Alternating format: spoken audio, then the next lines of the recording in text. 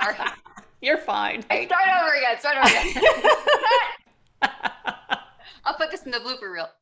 Welcome back to my channel. Wendi Renay here. So excited to have you back. Today, we're going to take a break from our usual content, and I want to introduce you to a very inspiring woman named Jennifer Peavy. Jennifer is an author. She's going to talk about groupthink, mindset changes, corporate America, how to believe in yourself, and you'll find yourself in her story. She's an extremely inspiring woman. So if you are coming from the background that I come from, whether it's narcissistic abuse or high control religion, I want you to know that you are heard, what you're feeling is valid, and if when watching this, you are struggling with that feeling of having missed opportunities since you weren't allowed to go to college or pursue a career, I want you to listen to Jennifer, and I want you to feel inspired, because it is my belief and the belief of many others, and despite the fact that you do have missed opportunities in your background, that does not mean that there's nothing left for you. So let's talk to Jennifer and see what she has to say.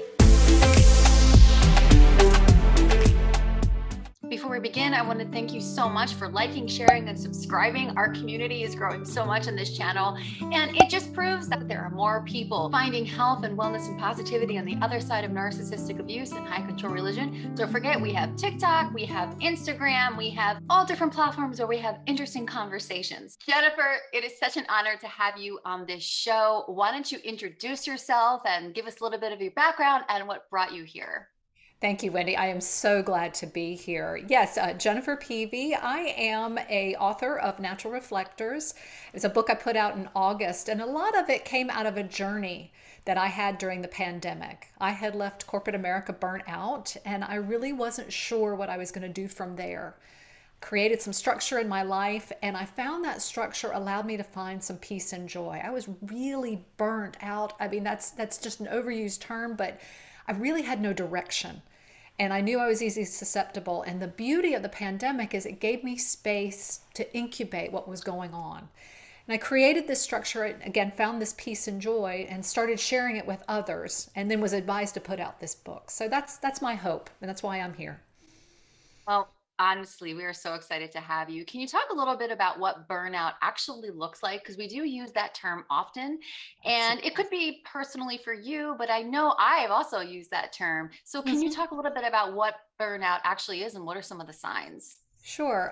The World Health Organization defines it as an extreme exhaustion Mm. where you just are lower in your productivity and you create a mental distance between yourself and whatever is causing that burnout. And I like to add a fourth level to that. I think there's a lack of trust. You know, if you're in the middle of this, you have this feeling that no matter what you do, it is not going to make a difference. And you almost give up or do give up. Ultimately, I also think burnout is stress that's unmanaged, because there's no way we can get around stress. And there's even good stress. I mean, the reason we laugh is because we actually are under stress and we're releasing that stress. And there are people who love to public speak or go on podcasts. And, you know, there's a certain level of good stress that goes with this. But when we have bad stress that's unmanaged and it just accumulates and accumulates and accumulates, that is where we end up in this space of burnout. My particular burnout was because I was coming out of corporate America, and it really stemmed from the lack of feeling a sense of control. I had a lot that was going on, and I had no control over what projects I had or how I was able to implement those projects. And so it made me despair on whether anything I could do made a difference. And there would be days I could rally and I would try something. But yet again, no, this isn't right. This is wrong. This is not going this way. You need to do it that way. And it felt like what I needed to do was just turn my brain off and become a machine.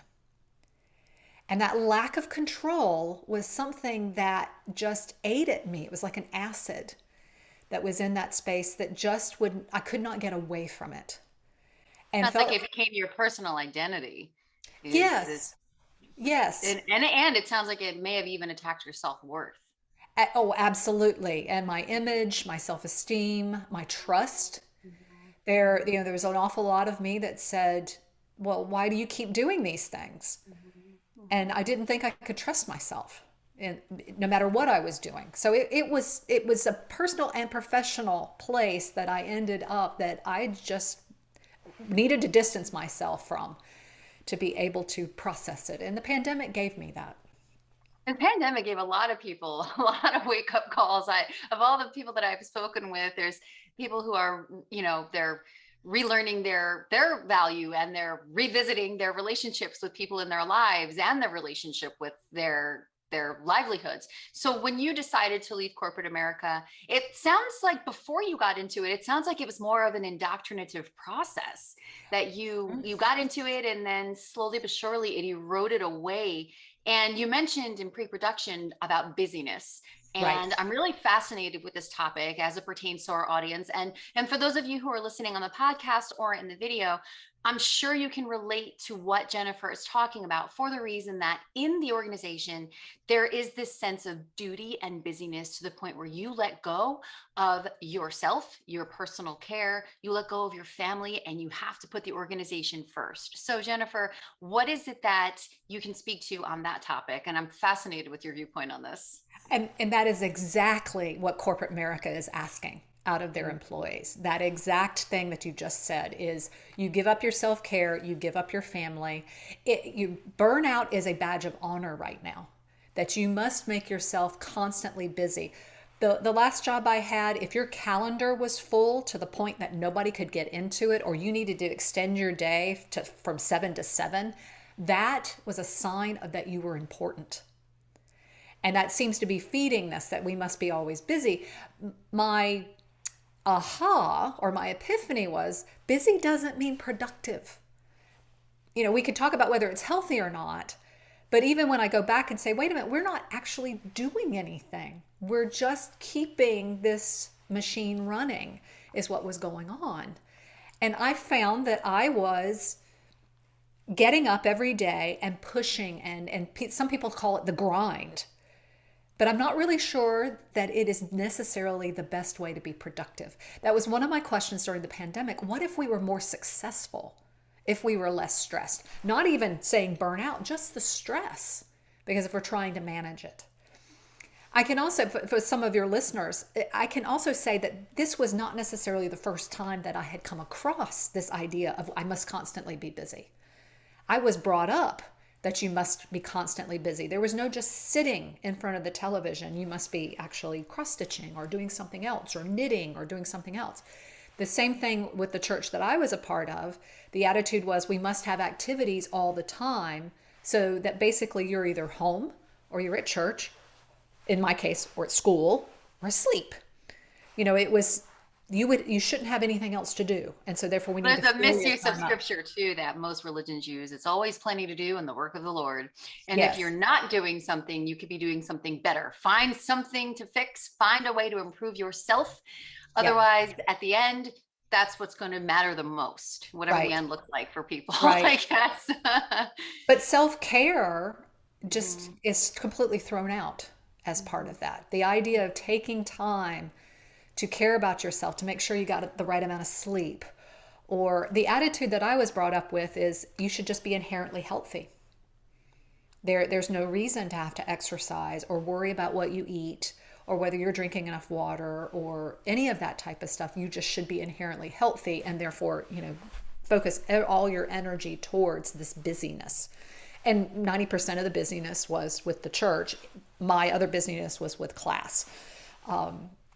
And I think there was a level of perfection, at least in my upbringing, that drove that busyness. Therefore, nothing was ever good enough. And so therefore you had to continue doing that.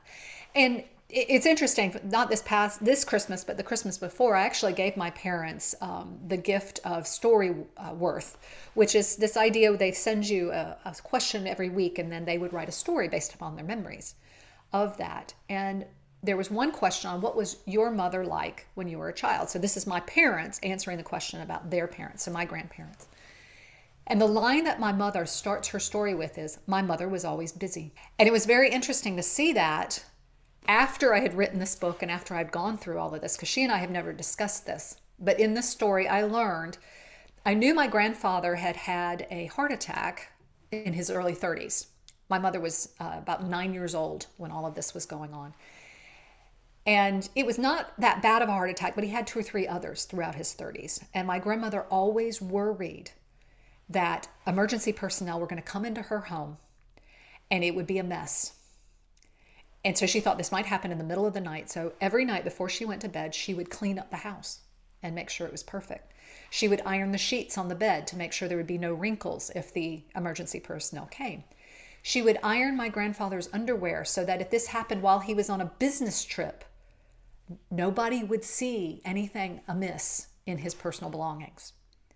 And my mother was 9 during all of this. So I understand a whole lot more why there was this busyness, but also this level of perfection that she was looking for. But I know that I carried it with me, and it made me very vulnerable to this idea in corporate America that I must be busy and that everything I was doing was not good enough. And you probably are in competition with yesterday. Always. How Yes. did you do yesterday? So tomorrow, if you're just kind of taking a breath, but yesterday I was busy yesterday, and it just kind of seems Yes. like the vicious cycle. Yep. And that was probably the biggest thing during the pandemic, was not so much the idea of what was I going to do, because I did go into the pandemic unemployed. So part of this structure was trying to figure out what I was going to offer, who I wanted to be. But it was fighting the voice in my head that said, you're not doing anything. You didn't accomplish enough. What are you going to do? This literal panic of, oh my God, we're not going to make it. We're going to lose everything, and thinking the worst of what was going to happen. And so a lot of that time was trying to talk to that person and understand what she needed and what she needed to hear, but then also trying to get those nerves to calm down and increase that amount of self-trust. And that was part of what the structure did for me. So it sounds like one of the biggest things you need to do for yourself was a mindset shift. So you Yes. hit, so to sum up, so you hit burnout. The question is, did you enjoy what you were doing in corporate America and then you hit a wall, or were you not enjoying it and then you're thinking that I need to do something, I just don't know what that is? There was always a nudging from Mm. inside about, this is not what I want. Mhm. Now, whether it was what I was doing or whether how I felt about accomplishing it, because a lot of what I did was at the very beginning of projects, a very fuzzy, innovative front end. So it didn't happen often that I saw completion, which is difficult. So I was Sure. always at the beginning. I'm the idea person. So Mhm. that always sat there with me saying, oh, that's why I don't feel this way. I don't feel good about it, is because I'm not seeing things to completion, because I'm back here, and then you hand it off to somebody else who's better at the implementation type of thing. That always allowed me to push away that nag that said, oh, this is not what I want. Oh, it's because it's not turning out the way you want. But if we push just a little bit more, if we just try a little bit harder, we'll finally get there. I wouldn't say I was ever happy. In fact, recently I've gone through and I've wondered, or during the pandemic with this blank sheet of paper, trying to understand what I really wanted to be. What did I really want? So not only having a conversation with the one that was saying, oh my God, you got to do everything, but the other one who's saying, or the other one that had been forgotten, the one that had always just submitted to the busyness and to the perfection and just didn't speak up anymore, trying almost like a little bird, trying to get the bird to come out and talk to me. Part of what I did with my structure was I was able to spend time reflecting on what I had done just in a small bite and give myself a moment of saying, look, you did it. Isn't that amazing that you got that done? And breaking things, enormous things, into small bites and being able to celebrate, which is something I was horrible at prior to this, but celebrating those small moments of success and then only concentrating on that one bite. And then I would feel like, oh, I can accomplish that. And then saying, I did accomplish it. And some of it, I would make sure that it wasn't perfect. Maybe I didn't, or I would make sure my expectations didn't want perfection. I said all I needed to worry about was that one brick. Well, okay, so if I didn't lay it right, well, then tomorrow I'll take it out and lay it over again. You know you can do this. Then occasionally with reflection, then I would back up and then look at the whole wall and say, look at how much is happening, and claim that there was progress. If I had that progress and I was able to claim it, then I was able to trust that something, that the nag would show up and go, the kitchen's messed up, or, you still haven't gotten to that project. I'd say, but we've gotten all these other things done. And when we go back to reflecting, I can decide that I'm being nagged about could be brought up in priority. But for right now, I'm only dealing with this one brick. And I'm going to do well with this one brick. And then when it's time to pick the next brick, okay, well, then we could talk about changing or doing something different. So you were looking at how far you've come, not necessarily how much further you have to go. I was actually just going to I have a recent video that I'm creating content for on counting the wins. For the majority of people in our audience, we tend to look at how much work we have to do as far as unraveling all of these Yep. deep-seated belief systems that are entrenched within us that we need to keep trying. One of the biggest things when people leave high control religion or a narcissistic relationship, and I heard you touch on this earlier, was that where are you going to go? You need me. Yep. So when we unravel those things, can you speak to what that looked like for you to suddenly, maybe not so suddenly, say, I need the money, or whatever it was that you may have needed at that time. What did it look like for you to say, I don't need this, and I'm going to prove to myself that I only need myself? And that is very real. I don't know how many of my friends that are still in corporate, it's not that we don't talk, but they don't take what I'm doing seriously. And a lot of that is because you can't do that. The attitude is you cannot do this outside of corporate. There's no way. This is what you're supposed to do. But 80% of Americans are in small businesses. Corporate America is not the majority of people, but yet that is still a very pervasive culture, is saying that this is the way a lot of people, just because they're large, type of thing. But is exactly what you said. I probably spent at least 6 to 9 months with the assumption, or I left and then I took a contract position with a university, still assuming I must be employed by somebody else. And that was a huge assumption. And there are many times people said, because of all my ideas and all of this stuff, they said, you really should go out on business on your own. And decades, no, I can't do that. I can't do that. Partly because I had all these ideas, but I never saw it to completion. So I was under the assumption I could not. And part of that's because of the way corporate was set up, because you'd silo this and then give it over and throw it over the wall and silo it to the next thing. So I did not believe that I could do all of that. I could, or manage a business. And sometimes I think, I don't want to do HR. I don't want to do all those things. Right. I mean, it's a lot to pick all that up.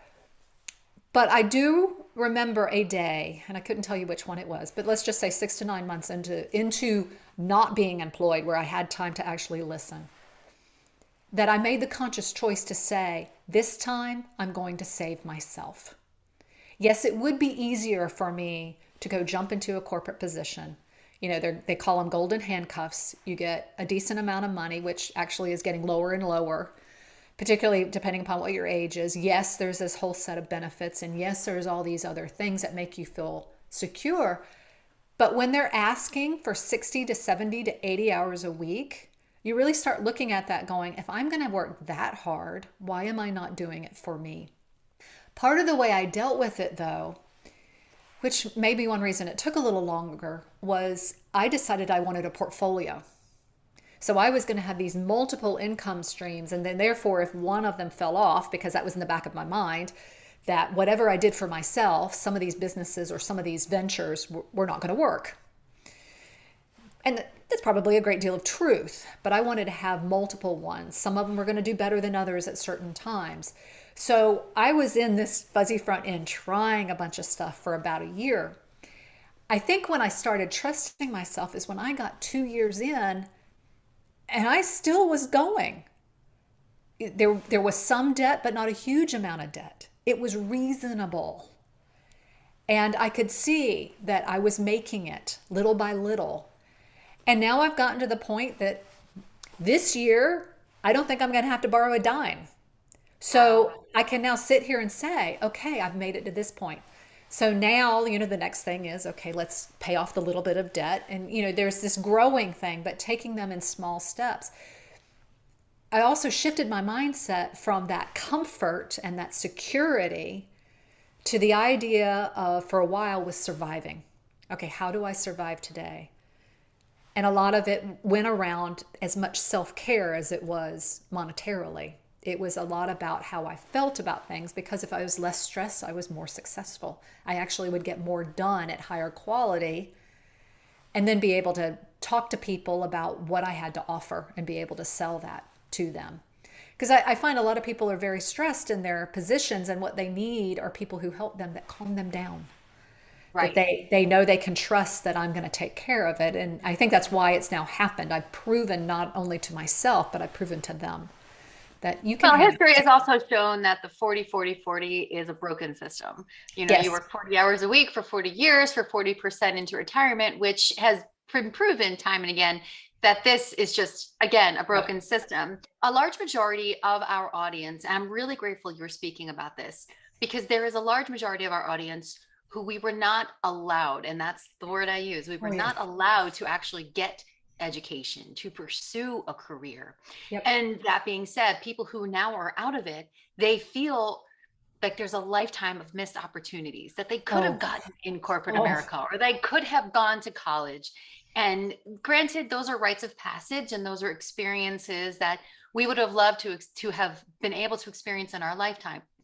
You being on the opposite end of someone who got out of it, what is something you can say to those of us who really never got to experience that, but now we are in our 30s, 40s, and 50s, maybe even older, and we want to make something of ourselves secularly, financially, but feel that we needed that safety net to feel like we belong in the working world? I completely understand Mhm, mhm. that. We could say it, years of regret. My first degree was in engineering because my father was an engineer. And it was natural for me just to do it. I was okay at it. But here again, this is, a life of privilege, is saying, but I wasn't happy with it. I always felt like I was not bringing all of me to the table, that there were so many other things that I could have brought there to the table. And this is how I ended up with this innovation area, these fuzzy front ideas. And then I went into design, because then I was dealing with how people were engaging with technologies, and what did they do with it, and what mattered to them. And I found that part fascinating. The irony of where I am right now, granted, in corporate, that piece of paper means a whole lot. But now it means nothing, really, when it comes down to it. I actually have never used my chemical engineering degree. Even immediately, granted, I was an engineer, but I was in mechanical engineering, and I was communicating with chemical engineers. And so I sat between groups of people who did not communicate with one another. Even when after the degree in design, I was communicating with technical people to creatives. And so I was constantly looking for where I could fit in. And I think that's what I would say to your audience is, it is a piece of paper, and it does grease some things, at least for older generations. And I'm in my 50s myself, so the same thing is, this is what I was brought up you needed. But this day and age is a little bit different. It's the way that at least millennials have started it, and the way I'm looking at Gen Z on the way they survive is very, very different. Right now, one of my greatest sources of income is Airbnb. Who needs a degree to run an Wow. Airbnb? Uh-huh. But it does help that and I never had confidence before to do that. Even though I have this design degree that's all about experience, I know what a Mhm, good experience is. mhm. And it comes down to this idea of, okay, well, I have to clean, and I have to order, and I have to look at things, and putting all that together. The whole idea of social media. So the book, right now, because of the way Amazon does things, and Amazon is 50% of the distribution of books, this whole world of hybrid and self-publishing, it yes, there are still the five that do the traditional publishing, but there are plenty of people out there writing romance novels, and if you can get $1 per novel, you know, there Right, are there are right. wonderful ways that are relevant to the majority of people out there that you can put things through. And so, I spend a lot of time on social media. Yes, it may be helpful if you've had some classes in it, but you even look at what Google's doing now. In 6 months, you can get a Google certificate that's equivalent of a 4-year college degree in specific tasks. So, and there are particular things on dealing with Google. So it really depends upon who you are and what you want to do. But there are so many options that were not around 30 years ago that it's almost not expected. And then the other thing I worry about, particularly since I do work at a university with students, is how many of them are having to pay off their loans anyway, and Yes, whether this they is are a able, big thing. yeah, whether It, they're able to do it. Gen Z is mhm, not really sure about whether they need to be doing this or not, mhm, particularly mhm. if they have to run their own businesses. So for people who, like yourself, have changed their life, if you can give yourself advice, just maybe 5, 6 years ago, or even shorter before the pandemic, what would you say to yourself? What would you say to that Jennifer a couple of years ago who was in a state of flux, kind of cared what people thought of her, and at the same time needed to have a mindset shift? What would you say to her? Because she's listening right now. So I think the big thing is to take some time to listen to what you really want.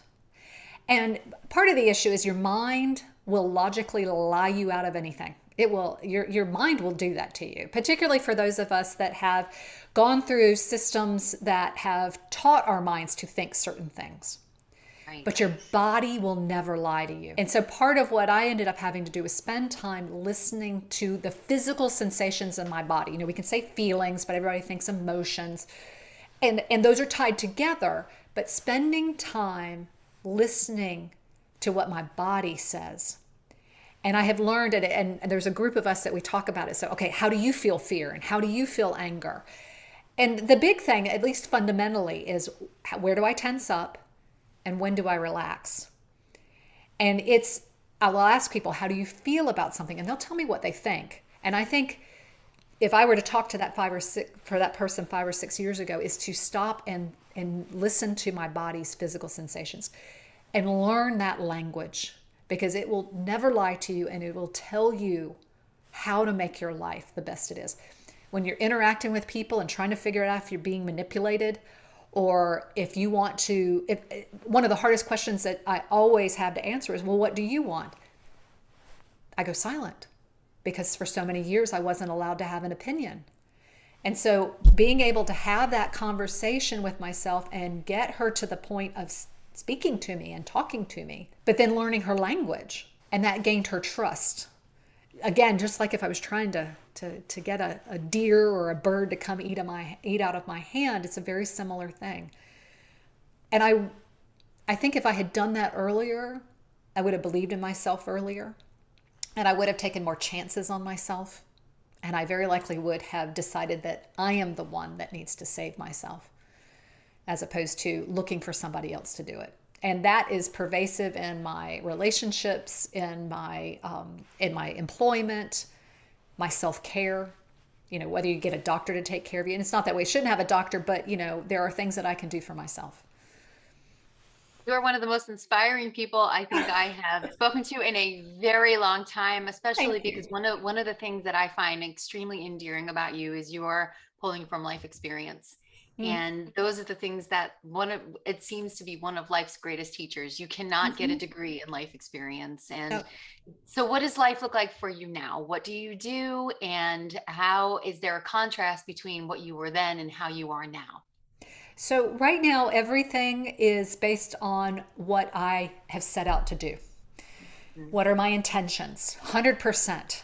Now, if I were to dream, I wouldn't say it's ideal, but I cannot complain. Everything that I have going in my life right now, I am the one who chose to do it. Some of it was a matter of, okay, I think here's an energy, here's an opportunity. I probably won't renew it when it comes around again, but there Right, it right. is. Mhm. There is a lot of self care in my life. Every morning I get up and I have a practice where I spend time checking in with myself, checking in with the divine, checking in with my physical body. Where am I? And that anchors my day. I wouldn't say I'm not a morning person. I do wake up early, but it's nice for me to have that. I cherish that time to myself. And that's the time period where I say what needs to be said to myself, like, oh, I really didn't like what you did yesterday, or I am upset about this, or I really love that. to also saying things to myself that need to be heard, like, you know what, you did a really good job yesterday. And those types of things help me throughout my day. The other thing that I find really important about that is I take a moment to think about what I need for that day to nourish me. And that's part of how I built my self-trust was if my little girl said, I need more laughter. You've been watching way too much Designated Survivor, and that's just too intense. I need some laughter. Well, then I am going to fulfill that for that day. And we're going to watch Night Court, or we're going to watch something else, or we're going to spend time playing with the puppy and make sure that there's a lot of laughter there. So if I hear it, I need to respond immediately and build that self-trust. Especially love the fact that you redirected your need for external validation that at one point you had. I really love because of most people who have been through what our audience has been through, there is this persistent need of external validation because you're taught to push your intuition down, you're taught to not trust yourself. So Yep. that external validation of, am I doing the right thing? Is this good enough? You're looking for that gold sticker on your work. And I love the fact that you check in with yourself. Yesterday wasn't that great of a situation, but Yep. today we're going to do better. And inner child work is something that I am so unbelievably passionate about. I'm really glad you spoke to Yeah. that. And I will say it's still a work in progress. Mhm. Of You know, course. it still happens there. And I won't say that external validation doesn't feel good. Mhm. I just make sure it's not over 50, and it's not 50% or 75% of what I need. Well, we Definitely. all need You know. that. But for Oh example, yeah. you mentioned social media. So if Yeah. somebody gives you a good comment or a negative comment, you take both with a grain of Oh salt. yeah. You don't focus on either one and let it control your day, Absolutely. and if you need external validation, it's the source of that validation that's important. You're not going to ask some random person who doesn't know you would truly have your best Right. interests at heart. That's the key there. Not asking some random person in the grocery store, does this look okay? Is this a good color Yep. for me? Yep. It's Yep. who, not the what, that The matters. irony with a book is I Uh-huh. am looking for strangers. You know, Oh, yeah. isn't that funny? So I've had, I'm done with the friends. They are done with the book. It is now Yeah. time for me to find complete strangers. Well, did the complete strangers like this book or not? Uh-huh. Which is a Um, beautiful segue into your book, by the way. so yeah, the book came out of my journey on setting up this structure for myself, and I call it personal process development. But I did intentionally have times of reflection and times of action. And that's the premise of what I was doing. But what I also did was look to nature on how to put those two things together. And so that's a lot of what the book is about is, why should we be looking at this cult of action and looking at this busyness for busyness sake, and how we can get out of that? And then how we are going to create a design a life that we love. Then there's a whole set of principles on how to look to nature and how we can glean those learnings from nature. And then finally, how do you apply those to your life? And that's one of those when you were saying earlier, what would I say to my 5 or 6 year old or younger self? A lot of that is about prototyping things. Try a little something, reflect on it, come back and go another iteration. I think I spent a lot of time going, oh, we're going to get this all done at once. But Right. this idea of these iterative cycles and just try a little bit, take a little bite, like that one little brick. Um, what I'm working on now is actually the workbook, the original idea that I had on what would this look like if somebody were to do it. I do think the big thing about your own personal process development is it's unique to you. It's what resonates with you, where you are. Nature may be a source of inspiration. I think it's a great source, but it may not resonate with everybody. But being able to take time to think about, like right now in January, I say January is for dreaming. Where do you want to be in December? Not next week, but we just came out of December and you know how you felt then. How do you want to feel next December? And so, again, those physical feelings, what do you want to be true about it? Who do you want to be and what do you want to be when it comes there? And it helps you try to understand what you want to focus on for the year. A little bit different than resolutions, because resolutions I find are always very negative Yes. and putting Yes. down what you're doing. But in this case, it's about growing and who you've always dreamt of being or what you have dreamt to have in your life. And then what kind of steps could you take? Maybe it's 12 steps, for the 12 months and say, this month I'm going to take that little bite and this is what I'm going to work on.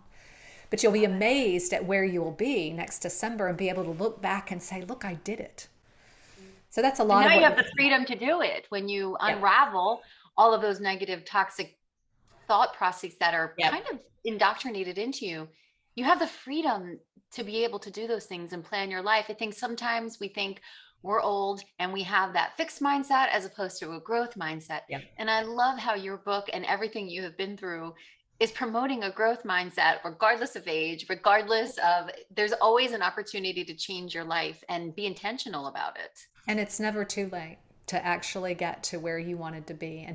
And ultimately, the reason I'm doing all of this was because I just wanted to be happy. Mhm.